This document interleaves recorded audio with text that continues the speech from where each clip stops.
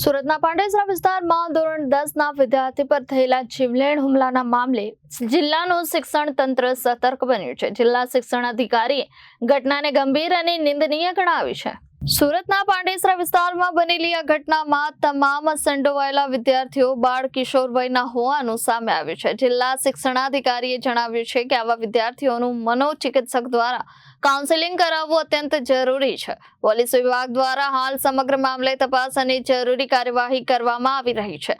આ સાથે જ શિક્ષણ વિભાગે તમામ શાળાઓને સૂચના આપી છે કે ભવિષ્યમાં આવી કોઈ ઘટના ન બને તે માટે ખાસ તકેદારી રાખવામાં આવે.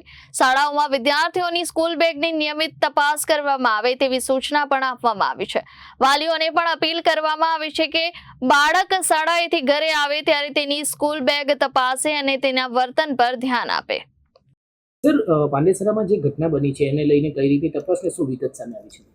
સુરતના પાંડેસરા વિસ્તારની અંદર આવેલી ગેલેક્સી આર્મી ઇન્ટરનેશનલ શાળાની અંદર એક દુઃખદ ઘટના બની છે. જે બાબત એમ કહી શકાય કે વિદ્યાર્થીઓ માટે નિંદનીય છે કે આવી કોઈ પણ પ્રકારની ઘટના કોઈ પણ શાળામાં બનવી જોઈએ નહીં. શાળાની અંદર ધોરણ 1 થી 8નો વાર્ષિક ઇનામ વિતરણ કાર્યક્રમ હતો. એ કાર્યક્રમની અંદર ધોરણ 1 થી 8ના વિદ્યાર્થીઓ અને તેના વાલીને બોલાવવામાં આવ્યા હતા. પરંતુ આ શાળાની અંદર જે અભ્યાસ કરતો ધોરણ 10નો વિદ્યાર્થી જે હાલ બોર્ડની પરીક્ષા આપી રહ્યો છે એ વિદ્યાર્થી પણ હાજર હતા.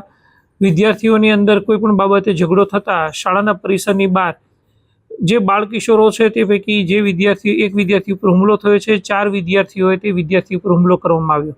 એ પૈકી 2 વિદ્યાર્થીઓ આ શાળાના હતા અને 2 વિદ્યાર્થીઓ અન્ય શાળાના હતા.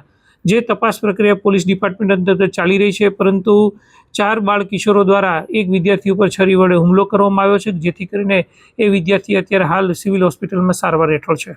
પરંતુ આવી કોઈ પણ પ્રકારની ઘટના શાળામાં બનવી ન જોઈએ. સુરતની અંદર તમામ શાળાઓની અંદર સ્કૂલ બેગ વિદ્યાર્થીઓની આકસ્મિક રીતે ચેક કરવાનું જણાવવામાં આવ્યું છે. વાલીઓ શાળાએ વિદ્યાર્થીઓને મોકલે ત્યારે પણ સ્કૂલ બેગ ચેક કરે તેવું સૂચન કરવામાં આવ્યું છે.